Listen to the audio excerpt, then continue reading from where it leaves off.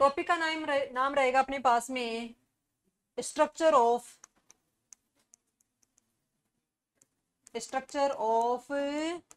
Pyrimidine. Hindi में अपन बोलेंगे pyrimidine की संरचना।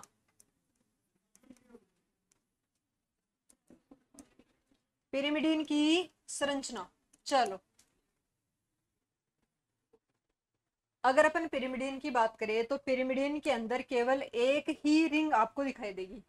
प्यूरिन में अपन ने ये देखा था कि कितने रिंग पाए जाते हैं प्यूरिन में, 2 रिंग पाए जाते हैं। हेटेरोसाइक्लिक थी उसकी स्ट्रक्चर, लेकिन इसमें संरचना में केवल एक ही रिंग पाई जाएगी। नंबरिंग अपन करेंगे यहां से 1 2 3 4 5 6। और आपको पता है कि कौन कौन से नंबर पे नाइट्रोजन मिलेगा, 1 नंबर पे और 3 नंबर पे नाइट्रोजन मिलेगा। तो यहां पर अपन लिख सकते हैं ये नाइट्रोजन और यहां पर भी नाइट्रोजन। अब आप इसको बैलेंस कर दो। बैलेंस करोगे तो क्या लिखोगे, यहां पर डबल बॉन्ड, यहां पर भी डबल बॉन्ड और यहां पर भी डबल बॉन्ड। ये किसकी स्ट्रक्चर है, ये एक सिंपल पिरिमिडीन की स्ट्रक्चर है। अब आपको पता है पिरिमिडीन कितनी होती है, कौन कौन से पिरिमिडीन, पिरिमिडीन कौन कौन से होते हैं, साइटोसिन, थाइमिन और यूरेसिल। तो सबसे पहले अपन लिख रहे हैं यूरेसिल की स्ट्रक्चर। यूरेसिल की स्ट्रक्चर बनाएंगे अभी अपन। देखो यूरेसिल के अंदर आपको क्या मिलेगा, सबसे पहले आपको सिंपल पिरिमिडीन की रिंग बनानी है इस टाइप से। 1 नंबर और 3 नंबर पे क्या जाएगा, नाइट्रोजन।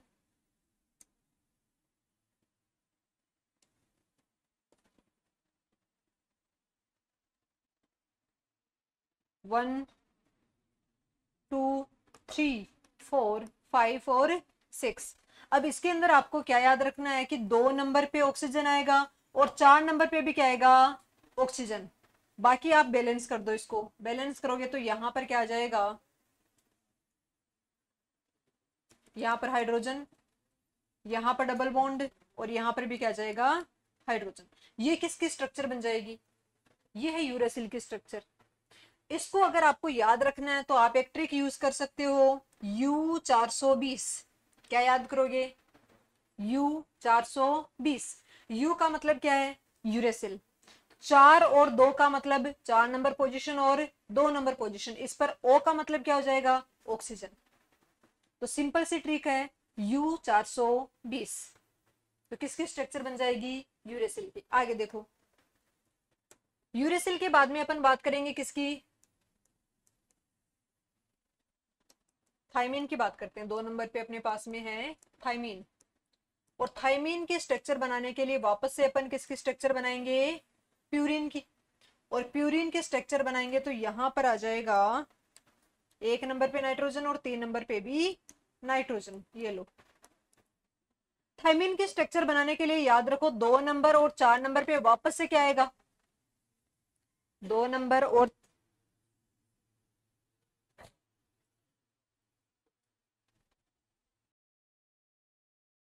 ओके।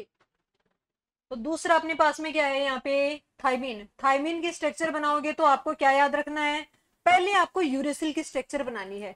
थाइमिन की स्ट्रक्चर बनाने से पहले किसकी स्ट्रक्चर बनाओगे, यूरेसिल की। और यूरेसिल की स्ट्रक्चर बनाने के बाद में आप यहाँ पर नंबरिंग करो 1 2 3 4 5 6। 5 नंबर कार्बन पे आप जोड़ दोगे मिथाइल ग्रुप। क्या जोड़ोगे यहाँ पर, मिथाइल ग्रुप। तो यहाँ देखो, इसको आप बैलेंस कर दो, यहाँ पर आ जाएगा हाइड्रोजन, यहाँ पर आ जाएगा डबल बॉन्ड और यहाँ पर भी आ जाएगा हाइड्रोजन। ओके, ये जो स्ट्रक्चर है ये किसकी है, थाइमिन की। इसके लिए आप ट्रिक याद रखोगे, तुम क्या याद रखोगे, तुम। तो टी से क्या है, थाइमिन। यू का मतलब है यूरेसिल। इसका मतलब थाइमिन के स्ट्रक्चर बनाने से पहले किसकी स्ट्रक्चर बनानी पड़ेगी, यूरेसिल की। और फिर एम का मतलब है मिथाइल ग्रुप।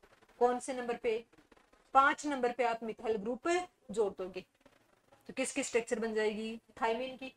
3 नंबर पे क्या होगा अपने पास में, साइटोसिन। साइटोसिन।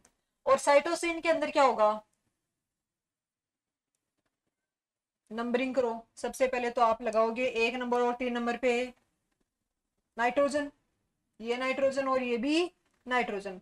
अब नंबरिंग कर दो 1 2 3 4 5 6।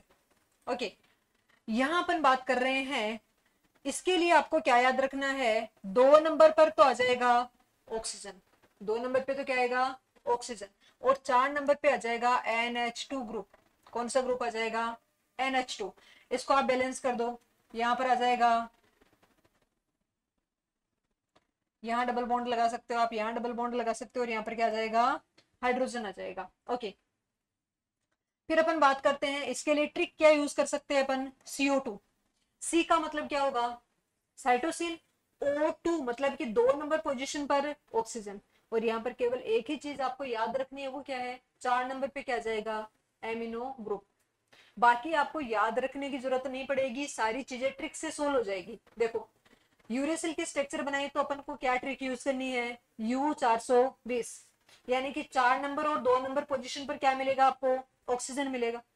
थाइमिन की बनानी है तो सबसे पहले आपको क्या करना है, यूरेसिल की स्ट्रक्चर बनाओगे और उसके 5 नंबर पे क्या लगा दोगे मिथाइल ग्रुप, और साइटोसिन की बनाओगे तो 2 नंबर पे क्या ऑक्सीजन लगा दोगे, और ये चीज याद रखनी पड़ेगी 4 नंबर पे आपको एमिनो ग्रुप लगाना है। तो किसकी स्ट्रक्चर बन जाएगी साइटोसिन की।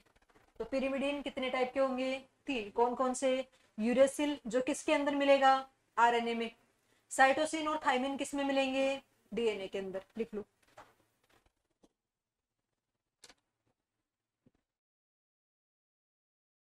सबने लिख लिया क्या, चलो आगे देखो। तो अब अपने पास में है 2 शब्द, एक तो है न्यूक्लियोसाइड और दूसरा शब्द है अपने पास में न्यूक्लियोटाइड। एक तो न्यूक्लियोसाइड और दूसरा कौन सा होगा न्यूक्लियोटाइड। इन दोनों में अंतर क्या है वो देखो, एग्जाम में क्वेश्चन आया हुआ बहुत बार यहाँ से। न्यूक्लियोसाइड की अपन बात करें तो न्यूक्लियोसाइड में क्या क्या होगा, तो आप बताओगे किसका बना होगा। इसमें होता है pentose sugar plus nitrogen base. Pentose sugar और नाइट्रोजन बेस ये दोनों आपस में मिलकर किसका निर्माण करेंगे न्यूक्लियोसाइड का। देखो कैसे, अपने पास में ये पेंटोज सुगर है, पेंटोज सुगर मतलब बताओ रे 5 कार्बन वाली शर्करा, ये 1 नंबर पोजीशन है, ये 2 नंबर है, 3 नंबर, 4 नंबर, और यहां पर आपको मिलेगा 5 नंबर। ओके, यहां जाएगा HOH, यहाँ पर HH, यहाँ पर OH और यहाँ पर H। अब बताओ ये शुगर DNA के लिए है या फिर RNA के लिए, ये शुगर RNA के लिए है या फिर DNA के लिए, DNA के लिए। क्यों, क्यों है DNA के लिए, क्योंकि यहाँ पर 2 नंबर पोजीशन पर ऑक्सीजन नहीं है, तो ये शुगर किसके लिए होगी DNA के लिए। अगर यहाँ पर ऑक्सीजन होता तो ये किसके लिए होती RNA के लिए। अब देखो ये बन गई है पेंटोज शुगर। अब यहाँ पर आपको याद क्या रखना है, जो 1 नंबर पोजीशन है इस 1 नंबर पोजीशन पर ऐड होगा नाइट्रोजन बेस या नाइट्रोजन क्षार।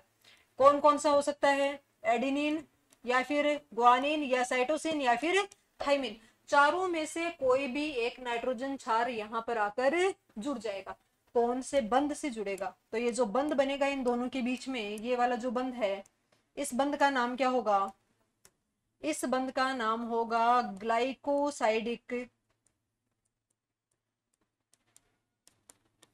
ग्लाइकोसाइडिक बंध। क्या नाम हो जाएगा इसका, ग्लाइकोसाइडिक बंध। तो अगर एग्जाम में क्वेश्चन पूछ ले कि नाइट्रोजनी क्षार पेंटोज शर्करा के साथ में कौन से बंध से जुड़ता है, तो आप क्या बताओगे ग्लाइकोसाइडिक बंध। दूसरा क्वेश्चन बनता है यहाँ पर नाइट्रोजन क्षार पेंटोज शर्करा की कौन से नंबर कार्बन पर पाया जाता है, कौन से नंबर कार्बन के साथ में अटैच होता है, बताओ 1 नंबर या 2 नंबर। 1 नंबर कार्बन के साथ में अटैच होगा कौन नाइट्रोजन क्षार, इसमें चारों में से कोई सा भी नाइट्रोजन क्षार यहाँ पर आकर अटैच हो जाएगा। तो ये जो संरचना बनी है, इस पूरी संरचना का नाम क्या है? न्यूक्लियोसाइड। इतनी बात समझ में आ गई क्या? तो न्यूक्लियोसाइड में क्या क्या पाया जाएगा? पेंटोज सुगर और नाइट्रोजन बेस। न्यूक्लियोटाइड की बात करेंगे अब अपन। न्यूक्लियोटाइड में क्या क्या होता है? तो इसके अंदर तीन चीजें होंगी, एक तो pentose sugar plus nitrogen base plus phosphate group. Phosphate group तीन चीजें हैं, कौन कौन सी? पेंटोज सुगर, नाइट्रोजन बेस और फॉस्फेट ग्रुप। ये तीनों चीजें मिलकर किसका निर्माण करेगी? न्यूक्लियोटाइड का निर्माण करती हैं। अब आगे देखो कैसे बनेगा न्यूक्लियोटाइड, वो सुन लो आप। ये मान लो अपने पास में है पेंटोज सुगर, ये पेंटोज सुगर है, ये 1 number position, 2 number, 3 number, 4 number और यहां पर मिल जाएगी अपने को 5 नंबर पोजीशन। ओके, यहां पर आ जाएगा एच ओ एच, यहां पर एच एच, यहां पर ओ एच एच और यहां पर एच। अब देखो ये जो 1 नंबर पोजीशन है, इसके ऊपर तो कौन जुड़ जाएगा? 1 नंबर पोजीशन पर कौन जुड़ेगा? नाइट्रोजनी क्षार, नाइट्रोजन बेस। और जो 5 नंबर पोजीशन है, यहां पर क्या होगा? यहां पर बंध बनेगा जिसकी वजह से OH तो हट जाएगा और इसके साथ में यहां पर कौन जुड़ जाएगा? यहां जुड़ जाएगा फॉस्फेट ग्रुप। ये कौन सा नंबर कार्बन है? ये 5 नंबर कार्बन है। तो फॉस्फेट ग्रुप जुड़ जाएगा। कौन से बंध से जुड़ेगा? तो इस बंध का नाम होगा फॉस्फो एस्टर बंध। क्या नाम हो जाएगा इसका? फॉस्फो एस्टर बंध। अब देखो यहां से 2 क्वेश्चन बनते हैं। पहला क्वेश्चन, नाइट्रोजनी क्षार पेंटोज संरचना के कौन से कार्बन पे जुड़ता है? बताओ। 1 नंबर पे। और फॉस्फेट समूह है कौन से नंबर कार्बन पर जुड़ता है? 5 नंबर पे। तो देखो यहाँ पे ये फॉस्फोएस्टर बंध बन गया है यहाँ पे, और ये जो बंध है इसका नाम क्या होगा? Glycosidic bond. ये ग्लाइकोसाइडिक बॉन्ड। अब ये जो पूरी संरचना बनी है जिसके अंदर 3 चीजें हैं, एक तो फॉस्फेट ग्रुप, दूसरा पेंटोज सुगर और तीसरा नाइट्रोजन बेस, इन तीनों चीजों को मिलाकर अपन क्या बोलेंगे? न्यूक्लियोटाइड। क्लियर है क्या यहाँ तक? अब देखो जो डीएनए और आरएनए होते हैं उनके अंदर होते हैं बहुत सारे न्यूक्लियोटाइड। ये न्यूक्लियोटाइड्स आपस में बहुत सारे जुड़ जाएंगे और जुड़ने के बाद में डीएनए और आरएनए का निर्माण करते हैं। तो समझ लो डीएनए और आरएनए की इकाई कौन सी है? न्यूक्लियोटाइड। यही न्यूक्लियोटाइड बहुत सारी संख्या में एक दूसरे के साथ में जुड़ेंगे और डीएनए और आरएनए का निर्माण करते हैं। लिख लो यहाँ तक।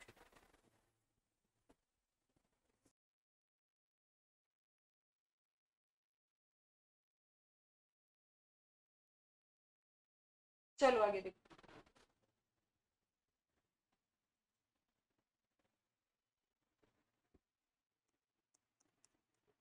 डीएनए तथा आरएनए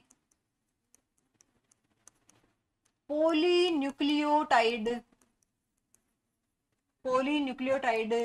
श्रृंखलाएं या चेन्स होती हैं। डीएनए और आरएनए पॉलीन्यूक्लियोटाइड चेन होती हैं। कैसे? वो देखो आप।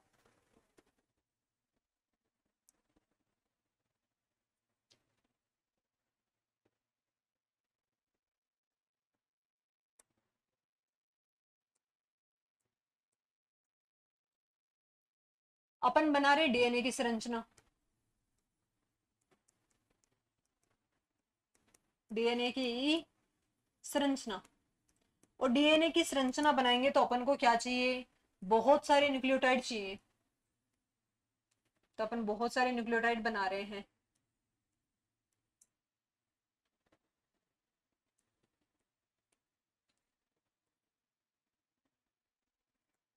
नंबरिंग कर देते हैं सबसे पहले अपन इसकी। ये 1 नंबर पोजीशन है, ये 2, 3, 4 और यहां पर क्या जाएगी? 5 नंबर पोजीशन।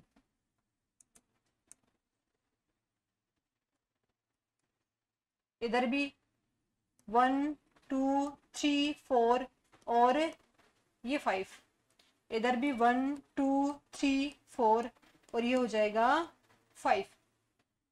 अब देखो एक नंबर पे क्या मिलेगा आपको, नाइट्रोजन क्षार। मान लो यहाँ पर कौन सा नाइट्रोजन क्षार है, एडिनिन।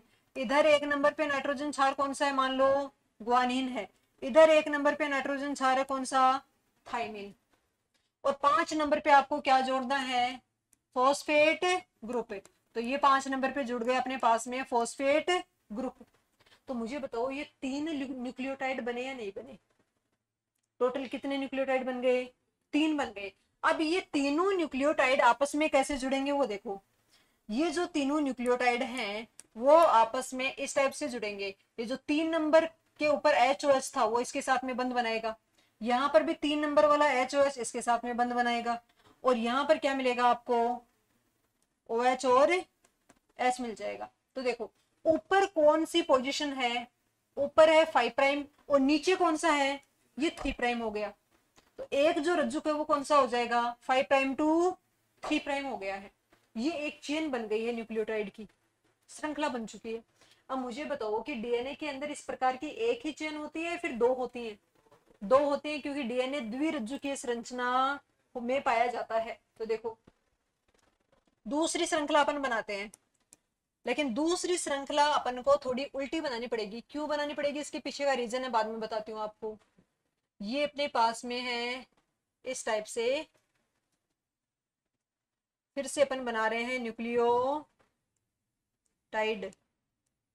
अब अगर इसको अपन ने शुगर को उल्टा कर दिया तो यहां पर कौन से नंबर कार्बन आएंगे, यहां पर कार्बन नंबर 1 2 3 4 और यहां पर आ जाएगा 5।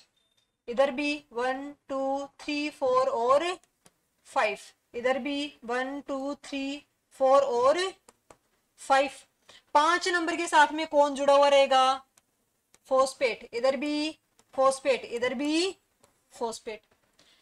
एक नंबर पे कौन जुड़ेगा, नाइट्रोजन क्षार।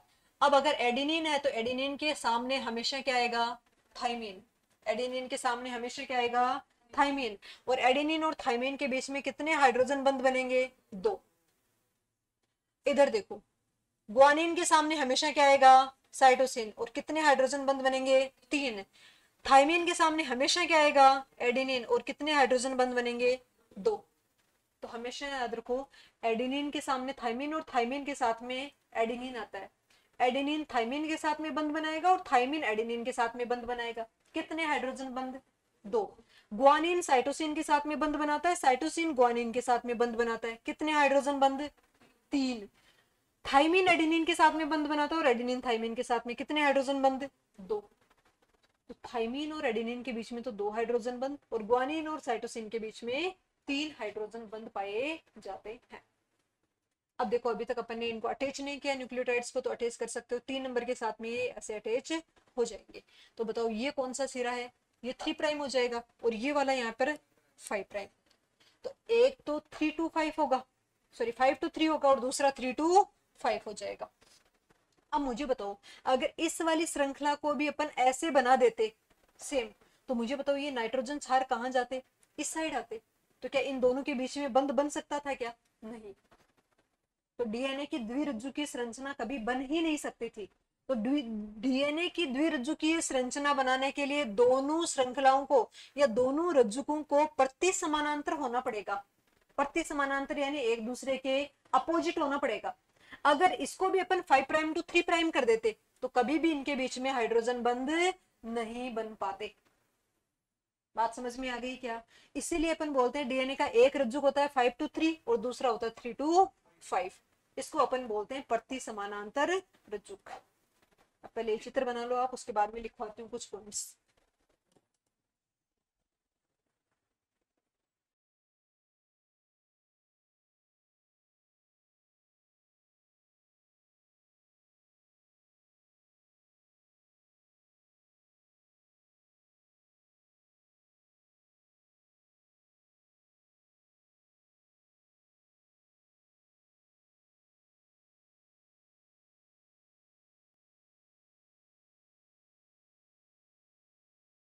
सबने बना लिया क्या?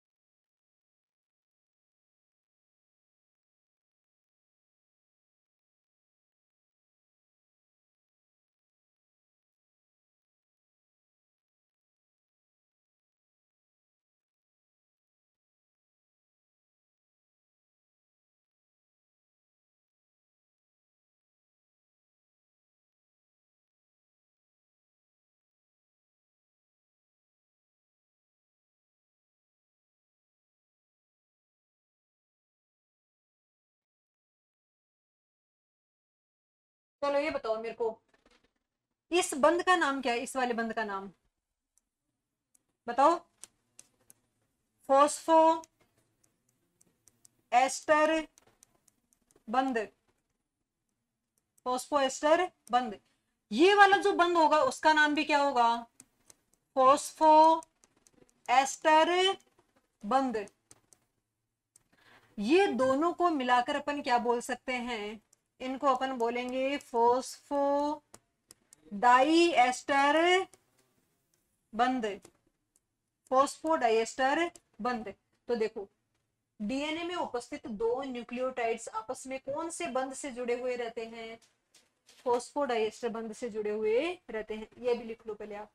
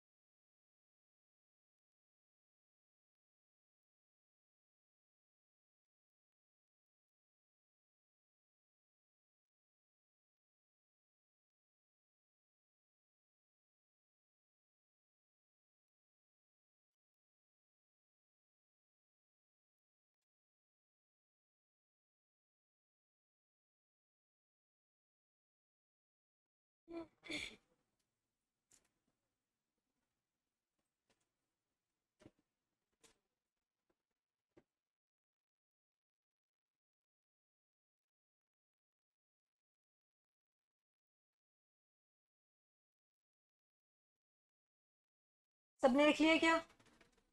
चलो तो आगे देखो,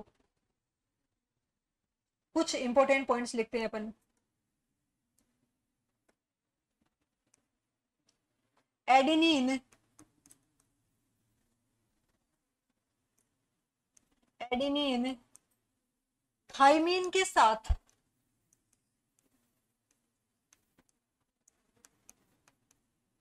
व थाइमीन एडेनिन के साथ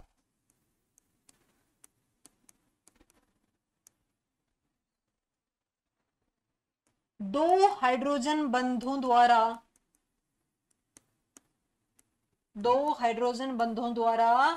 जुड़े रहते हैं। पहला पॉइंट तो ये। दूसरा, ग्वानिन साइटोसिन के साथ व साइटोसिन ग्वानिन के साथ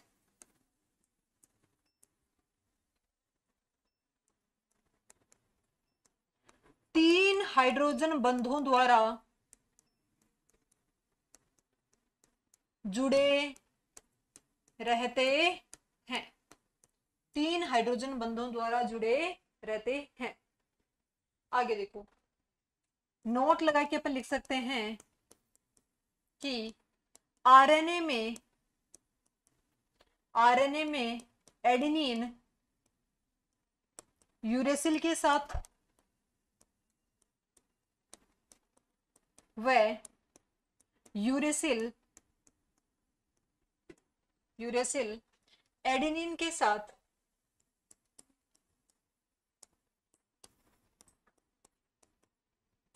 दो हाइड्रोजन बंध बनाता है, दो हाइड्रोजन बंध बनाता है। नेक्स्ट आप लिखोगे डीएनए में उपस्थित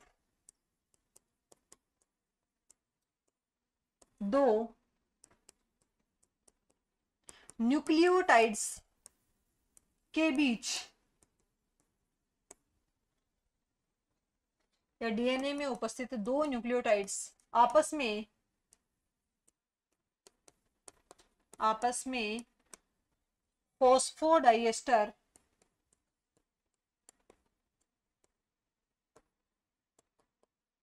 फॉस्फोडाइएस्टर बंध द्वारा जुड़े रहते हैं, फॉस्फोडाइएस्टर बंध द्वारा जुड़े रहते हैं।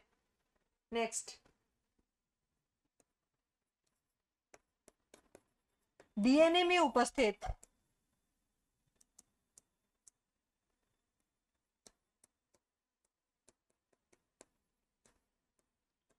दो रज्जुक आपस में हाइड्रोजन बंध द्वारा जुड़े रहते हैं,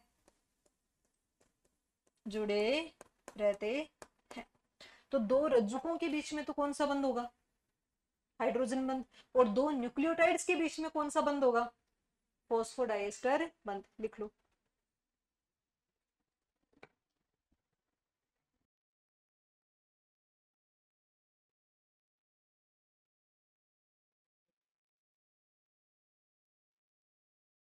आगे देखो,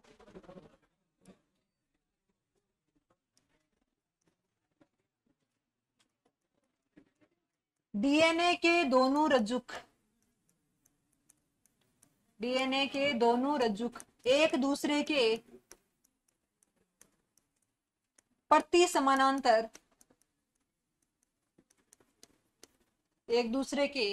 समानांतर यानी एंटी पैरेलल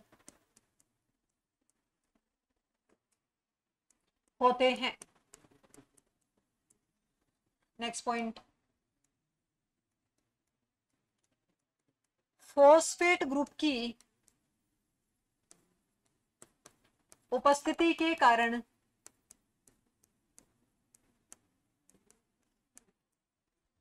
न्यूक्लिक अम्ल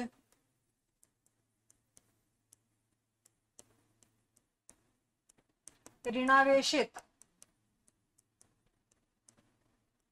होते हैं। नेक्स्ट, डीएनए व आरएनए की इकाई कौन होगा? बताओ। डीएनए व आरएनए की इकाई न्यूक्लियोटाइड। ये 3 पॉइंट और लिख लो।